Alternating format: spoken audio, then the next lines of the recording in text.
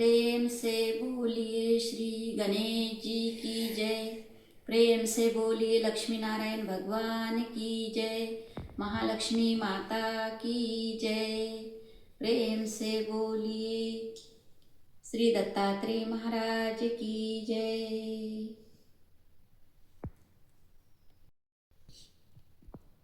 प्रेम से बोलिए स्वामी समर्थ महाराज की जय। प्रेम से बोलिए अन्नपूर्णा माता की जय। आज मार्गशीर्ष महीने का दूसरा गुरुवार है और आज माता महालक्ष्मी की पूजा का दूसरा गुरुवार है और आज ही पूर्णिमा भी है और दत्त जयंती है। दत्त जन्म की कथा मैं आज आप तक पहुंचाने का प्रयास कर रही हूँ, तो आप लोग ध्यान से सुनिए। आज माता अन्नपूर्णा जयंती भी है। तो मनुष्य के जीवन में अगर अन्न है तो सब कुछ है।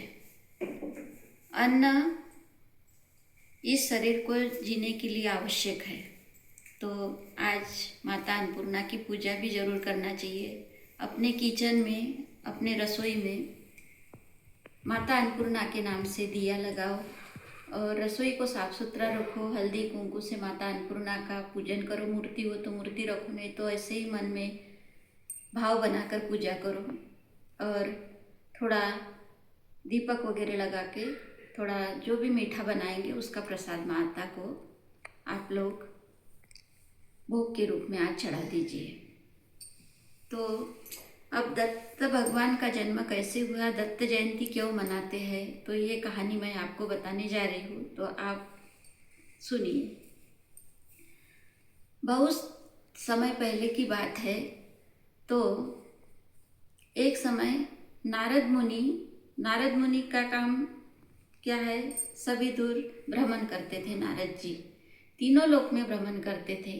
नारद जी विष्णु भक्त है, नारायण नारायण नारायण जप हमेशा करते रहते हैं। विष्णु भक्त है नारद जी। तो तीनों लोक में भ्रमण करते हुए नारद जी एक समय अत्रि ऋषि के आश्रम में पहुँचे और वहाँ पर उन्होंने देखा कि अत्रि ऋषि की जो पत्नी थी उनका नाम था माता अनुसुईया। और वो माता अनुसुईया इतनी पतिव्रता थी, उनके मन में किसी प्रकार का कोई छल कपट, कुछ भी ऐसे जो काम क्रोध मद लोभ ये चीज़ें जो होती है, ये ऐसा कुछ भी नहीं था।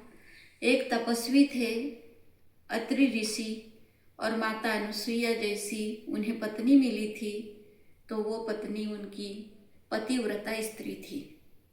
और पतिव्रता स्त्री कोई देवी से कम नहीं होती है।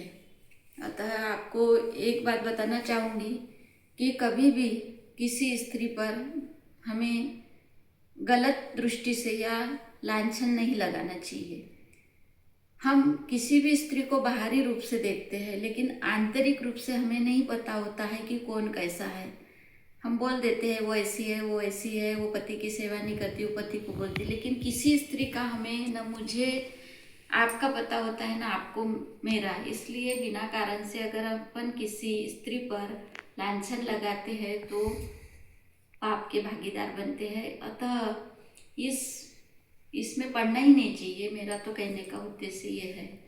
तो माता अनुसुईया पतिव्रता स्त्री थी और उनका पतिव्रत धर्म इतना पावन था, इतनी शक्ति थी। और अत्रि ऋषि का भाग्य था कि उनको माता अनुसुईया जैसी पत्नी मिली थी। तो माता अनुसुईया जब ऋषि किसी नदी के किनारे तपस्या के लिए जाते थे तो माता अनुसुईया उनके चरण धोती थी और उनके चरणों का तीर्थ लेकर अपने कमंडल में भरकर अपने भगवान के रूम में रख देती थी। उसका नियम था ये। और जो ऋषि अत्रि थे वो उन्हें आशीर्वाद देते थे कि ये जो मेरा चरणामृत तुम लेकर रखती हो, तो मेरा आशीर्वाद है कि जब कभी तुम्हारे पर संकट आएगा तो उस समय ये चरणामृत तुम्हारे काम में आएगा। तो अब नारद जी गए, उन्होंने देखा, उन्होंने माता अनुसुईया की पतिव्रत धर्म देखा और दंग रह गए। वो अत्रि ऋषि के जो चरण का जल था उसमें इतना पावर था कि माता अनुसुईया को किसी ने लोहे के चने उसमें चुड़ाने के लिए कहे थे, तो वो चने चुड़ गए थे लोहे की। इतना उसका पतिव्रत धर्म और उतना पावर उस चरणामृत में था। तो अब नारद जी गए तो सबसे पहले ब्रह्मलोक गए और वहाँ पर उन्होंने उनके पतिव्रत धर्म के बारे में बताया नारद जी ने। तो वहाँ पर ब्रह्मा जी सरस्वती जी बैठे थे। अब कैसे है, कभी कभी स्त्रियों का ऐसा होता है, अगर एक स्त्री की तारीफ दूसरी स्त्री के पास में करे तो उसको जलन होने लगती है। ऐसा अक्सर होता है। जैसे मुझ में कुछ अच्छा है तो सामने वाले स्त्री को जलन होने लगेंगी, उसमें कुछ अच्छा मुझे भी ऐसा लगेगा, यार इसमें ऐसा है मुझ में क्यों नहीं है। ऐसा स्त्रियों का स्वभाव होता है। लेकिन हम तो साधारण स्त्री हैं, लेकिन ये तो माँ सरस्वती ब्रह्मा जी की पत्नी देवी माँ है। अब उन्हें भी थोड़ा सा मन में लगा कि ऐसी क्या पतिव्रता, मेरे से पतिव्रता तो कोई हो नहीं सकती, मैं तो भगवान ब्रह्मा जी की पत्नी हूँ, पतिव्रता हूँ, मुझसे पतिव्रता ये कौन स्त्री है कि पतिव्रता। उनमें थोड़ी सी जलन की भावना। तो वो बोले कि नहीं, तुम इतनी तारीफ मेरे सामने मत करो नारद जी ने, तो मैं तुम्हें श्राप दे दूंगी।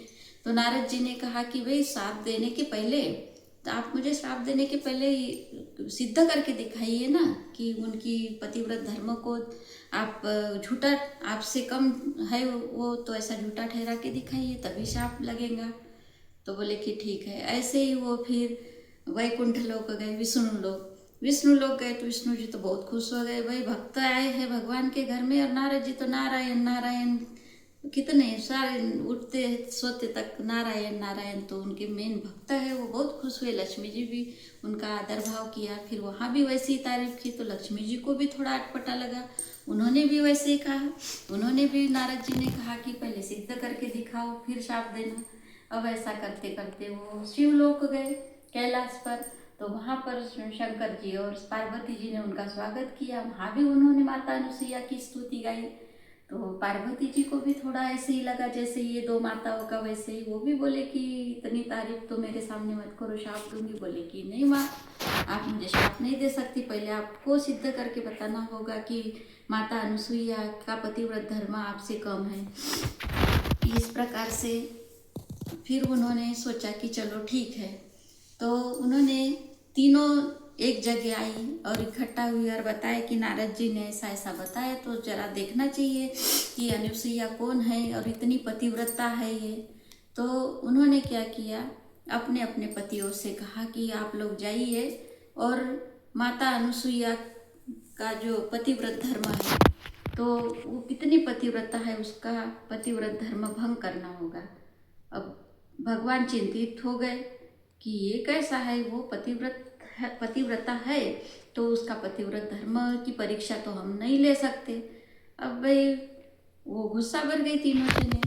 अब देखो पति पत्नी का प्रेम ऐसा रहता है, पत्नी थोड़ी गुस्सा हो गई तो पति को पिघलना ही पड़ता है, ऐसे भगवान की भी स्थिति हो गई।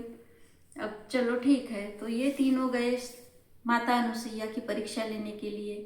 तो इन्होंने ऋषि का रूप बनाए और गए। तो अत्रि मुनि नदी के किनारे तप कर रहे थे, माता अनुसुईया अपने घर में थी। अब गए तो इन्होंने माता अनुसुईया को आवाज़ लगाई। माता अनुसुईया ने देखा कि 3 ऋषि मेरे दरवाजे पर आए हैं। उन्होंने आदर से उनको घर में बुलाया, बिठाया, उनके चरण धोने के लिए कहा उनसे, और उसके बाद में कहा कि ऋषिगण बताइए मैं आपकी क्या सेवा कर सकती हूँ। तो ऋषियों ने कहा, माँ हमें बहुत भूख लगी है, तो आप हमें भोजन कराइए। अब तुरंत माता अनुसुईया रसोई में गई, जल्दी जल्दी उन्होंने भोजन बनाया और भोजन की पूरी तैयारी हुई। और फिर उन्हें कहा कि ऋषिगण बैठिए, भोजन तैयार है, आप भोजन कर लीजिए, मैं आपको परोसती हूँ। तो ऋषियों ने कहा कि हम आपके हाथ से भोजन ऐसे नहीं करेंगे, आपको नग्न अवस्था में हमें भोजन परोसना पड़ेगा। अब जैसे ही ये सुना माता एकदम आश्चर्यचकित हो गई कि अगर इस प्रकार से मैं करती हूँ तो ये उचित नहीं है, अगर नहीं करती हूँ तो ये ऋषिगण भूखे चले जाएंगे, तो मैं क्या करूँ। यानी मेरे दरवाजे से अगर ऋषि भूखे जाते हैं ये भी सही नहीं होगा। नग्न अवस्था में मैं ऐसा कर नहीं सकती हूँ, मैं एक पतिव्रत नारी हूँ और कोई भी नारी ऐसा नहीं कर सकती है। तो वो चिंतित हो गई। फिर उन्हें एकदम याद आया कि अत्रि ऋषि ने बताया था कि जो मेरा चरण तुम चरणामृत हर दिन रखती हो तो तुम्हें कोई समस्या होंगी उस समय ये काम में आएगा। तो वो गए, सती अनुषा माता अपने भगवान जी के पास में जो कमंडल में अत्रि ऋषि के चरणामृत रखे थे वो जल लेके आई और उसको अपने दाहिने हाथ में लिया और तीनों ऋषियों पर छिड़क दिया। जैसे ही जल छिड़का, तीनों ऋषि एक छोटे छोटे बच्चों के रूप में, जैसे कि अभी जन्म हुआ है ऐसे छोटे बच्चे के रूप में तीनों ऋषि हो गए। और माता ने अपने शरीर के वस्त्र उतार कर रख दिए। अब वो माँ है, इतना सा शिशु है, शिशु को कुछ नहीं समझता, उसे केवल माँ समझता है। शिशु को कुछ पता नहीं, खाली उसको माँ और भूख लगती है तो भूख। माता ने उन तीनों शिशुओं के अपने पास में लिया, खिलाया और उसमें मातृत्व जागृत हो गया। जैसे मातृत्व जागृत हुआ उस शिशुओं को देखकर तो उनके दोनों स्तनों से दूध आने लगा और वो दूध उन्होंने तीनों उन बच्चों को पिला दिया और तीनों बच्चे मस्त दूध पीकर सो गए। अब माता ने वहीं पे एक पालना बनाई और तीनों बच्चों को उसमें सुला दिया। माता ने लोरी गाई, उनको सुला दिया और ऐसे कई दिन बीत गए। और इसके बाद में माता सरस्वती, माता लक्ष्मी, माता पार्वती चिंता में पड़ गई कि ये क्या, हमने तो इतने दिन हो गए अभी तक हमारे पति आए नहीं। फिर नारद जी एक दिन घूमते घूमते गए तो तीनों माताएं मिली। बोले माता आप क्यों चिंतित हो। तो बोले ऋषिगण हमने ऐसा ऐसा कहा था और हमारे पति गए हैं तो अभी तक पहुँचे नहीं, तो आप जरा देख के आइए। नारद जी गए, अनुसुईया माता के यहाँ गए, सब देखा उन्होंने। वो तो बहुत खुश थे, वो तो मजा ले रहे थे, सब नज़ारा जो देख रहे थे। फिर उन्होंने जाके बोला कि वहाँ तो तीनों भगवान नहीं है, वहाँ तो तीन छोटे छोटे शिशु दिखे मुझे, वहाँ तो भगवान दिखे नहीं। फिर ये तीनों माताएं वहाँ पर गई, माता अनुसुईया को आवाज़ दी, माता अनुसुईया आई। उन्होंने उन्हें आदर से घर में बुलाया तीनों देवियों को। फिर वो तो गई, बोले कि माँ हमारे से भूल हुई, हमने हमारे पति को ऐसा ऐसा कहा था तो उन लोग यहाँ आए थे लेकिन यहाँ तो दिखाई नहीं दे रहे। तो माता ने कहा कि ये तीन शिशु मेरे घर में हैं, तो तीन ऋषि आए थे मेरे घर में और ऐसा ऐसा हुआ था, मैंने ऐसा किया, तो आप ये तीनों शिशुओं में से अगर आपका पति कोई हो तो पहचान लीजिए। अब देखा सभी ने तो ब्रह्मा जी के हाथ में कमल दिखा, तो सरस्वती जी पहचान लिए ब्रह्मा जी होंगे। शंकर जी के इसमें तीसरा नेत्र दिखा, उन्होंने पहचान लिया, हाँ ये तो मेरे है। और लक्ष्मी जी ने देखा कि चरण जो है उस पे शंख दिख रहा है तो ये मेरे है। तो बोले माता हमने तो इनको ऐसे पहचान लिया लेकिन अब ये तो शिशु रूप में है, हम कैसे करें, ये तो हमें हमारे पति जैसे थे वैसे चाहिए।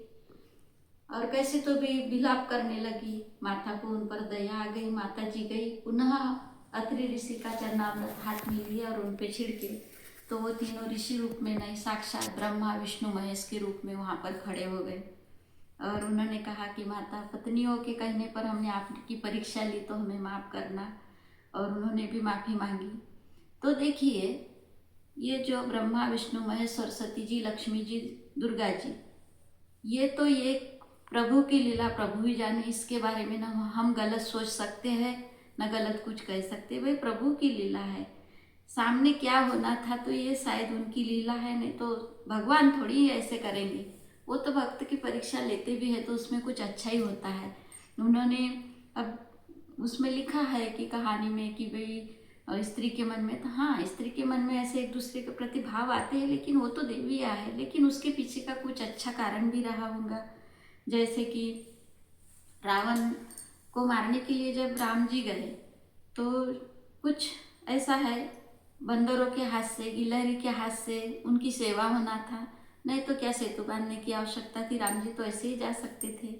और सीता कोई साधारण स्त्री थोड़ी थी कि रावण चुरा के ले गए, लेकिन उसमें भी कितनी घटनाएं ऐसी घटित हुई कि कितनों का उद्धार हुआ। राम जी को वनवास होता नहीं तो लोगों का उद्धार होता नहीं, ऐसी यानी प्रभु की लीला प्रभु ही जाने, लेकिन कुछ उसमें से बहुत कुछ अपने को सीखने को मिलता है। तो इस प्रकार से जब वहाँ अपने अपने पतियों को लेकर माताएं जाने लगी तो माता अनुसुईया ने कहा, भगवान आप मेरे घर आए, मेरा भाग्य है कि आप आए, लेकिन जब आप शिशु बने आपने मुझे माता कहा, मेरा दुग्धपान किया आपने, अब आप चले जाओगे तो ये जो पालना है वो खाली झूला मैं कैसे झुलाऊंगी, और जो मातृत्व मुझ में जागृत हुआ था तो उसका मैं क्या करूँगी। आप तो बड़े होकर चले जा रहे हो, लेकिन जो मैंने यहाँ पर देखा कि मैंने शिशु खिलाए, मैं माँ बनी, मैंने दुग्धपान करवाया, मातृत्व का मैंने आनंद लिया, ये झूले में मैंने झुलाया, अब मैं कैसे रहूँगी। तो उन्हें कोई पुत्र वगैरह उसके पहले थे नहीं, तो तीनों देवताओं ने माता अनुसुईया को आशीर्वाद दिया, माँ आप हमारी माता बनी, हम आपके पुत्र बने तो जल्द ही आपके कोख से हम तीनों जन्म लेंगे। तो माता को आशीर्वाद दिया और उसके बाद माता गर्भवती हुई, माता अनुसुईया। तो ब्रह्मा विष्णु महेश तीनों दत्तात्रेय के रूप में उनके गर्भ से जन्म लिए। तो उनका शरीर एक है, लेकिन तीनों के, ब्रह्मा विष्णु महेश के सिर तीनों के है। तो इस प्रकार मार्गशीर्ष महीना था, बुधवार का दिन था, संध्या का समय था, प्रदोष काल था, और उस समय ब्रह्मा विष्णु महेश ने गुरुदेव दत्तात्रेय के रूप में माता अनुसुईया के गर्भ से इस प्रकार जन्म लिया था। और वो दिन भी पूर्णिमा का था, इसलिए आज मार्गशीर्ष महीने की पूर्णिमा है, तो आज दत्त जयंती है। इस प्रकार श्री गुरुदेव दत्त का जन्म हुआ। और जो स्वामी समर्थ महाराज संत है वो दत्तात्रेय से ही उत्पन्न हुए हैं, इसलिए स्वामी समर्थ में दत्त और दत्त में स्वामी समर्थ है। जैसे गजानन महाराज शिरडी के साईं बाबा, वैसे ही हमारे स्वामी समर्थ महाराज है, तो वो भी दत्त का अवतार है।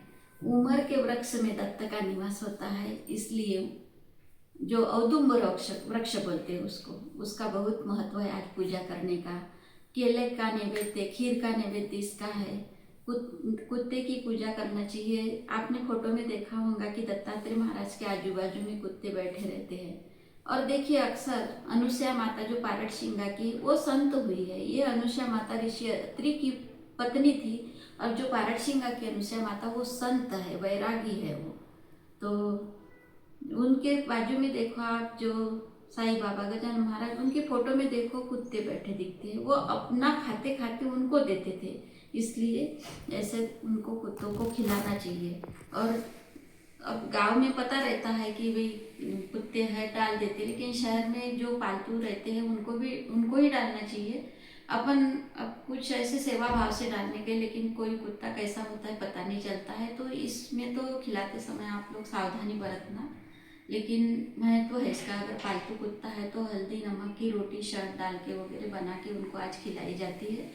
और कल तो मैं नहीं डाल सकी ये वीडियो, तो आज जितना मुझे पता था तो शाम के पहले आप लोगों तक पहुंचना चाहिए, इसलिए मैंने इसको पूजा की पहले, और उसके बाद में ये मेरी कहानी आपको भी बताना हुआ और घर में भी बोलना हुआ है। इस उद्देश्य से मैंने इसको बनाया और आप तक भेजा। तो ये जानकारी अगर आपको पहले से थी तो बहुत बढ़िया है, नहीं रही होंगी तो आप भी सुनिए और अपने परिजनों तक इसको पहुंचाइए। यही आज दत्त जयंती के उपलक्ष्य में मैं आपको कहने जा रही हूँ। और दत्त में इतना पावर है, दत्त की फोटो तो घर में होना चाहिए। देखिए हम साधारण मनुष्य हैं, हमारे काम करते हैं, दौड़ धूप में लगे रहते हैं, लेकिन दूसरे मनुष्य ऐसे भी होते हैं उटपटांग काम करते रहते हैं, यानी किसी का जो अगर अच्छा है तो उनको अच्छा नहीं दिखता है, तो कुछ उटपटांग काम करते रहते हैं। इस समय ना दत्त की फोटो अगर घर में हो ना तो कोई यानी अपना दूसरे लोग बाल बाका नहीं कर सकते, इतना दत्त की फोटो में भी पावर होता है। तो दत्त के दर्शन लेना चाहिए, दत्त का नाम लेना चाहिए, दत्त गुरुदेव दत्त गुरुदेव दत्त ऐसा करके, यानी दिगंबरा दिगंबरा गुरुदेव दत्त दिगंबरा, ये ऐसा बोल सकते हैं। दत्त दत्त गुरुदेव दत्त ऐसा भी बोलो ना तो उसमें यानी जो बाकी का जो नेगेटिव है कुछ आने का तो वो आता भी नहीं है, और कुछ किसी ने प्रयत्न भी किया तो वो निकल जाता है। इतना अपने गुरुदेव दत्त के उसमें पावर है। और उसमें माता अनुसुईया ने लोरी गाई थी, माता अनुसुईया ने डाल दिया पालना, झूल रहे तीनों देव दे करके लालना, ऐसा उसमें लोरी भी गाई थी माता ने। ऐसे भजन मैंने पहले सुने थे। और इस प्रकार दत्तात्रेय महाराज की पोथी भी आती है, और उसमें भी कहानियाँ हैं कि यानी किस प्रकार से लोगों ने पूजा की, किस प्रकार से फायदे हुए थे, ये भी उसमें है। तो अपने हिंदू धर्म में ऐसा बहुत कुछ जो हुआ है, और आज भी मन से अगर करते हैं ना तो यानी ये जो है तो ये बातें आज भी सक्सेस है, ये मेरा कहने का उद्देश्य है। तो आप सभी को दत्त जयंती की हार्दिक शुभकामनाएं। गुरुदेव दत्त।